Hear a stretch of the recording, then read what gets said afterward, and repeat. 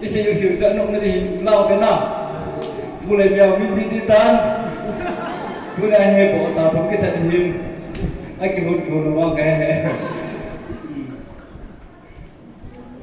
cái thiên vào trời là ô bậc cái nó mang sống lưu thì là hiền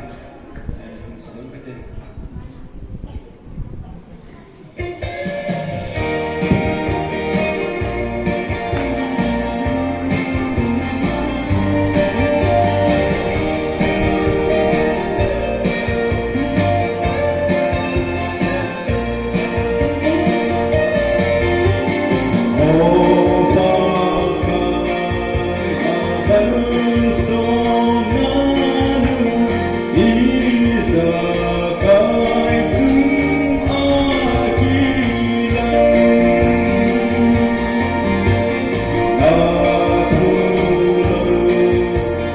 go.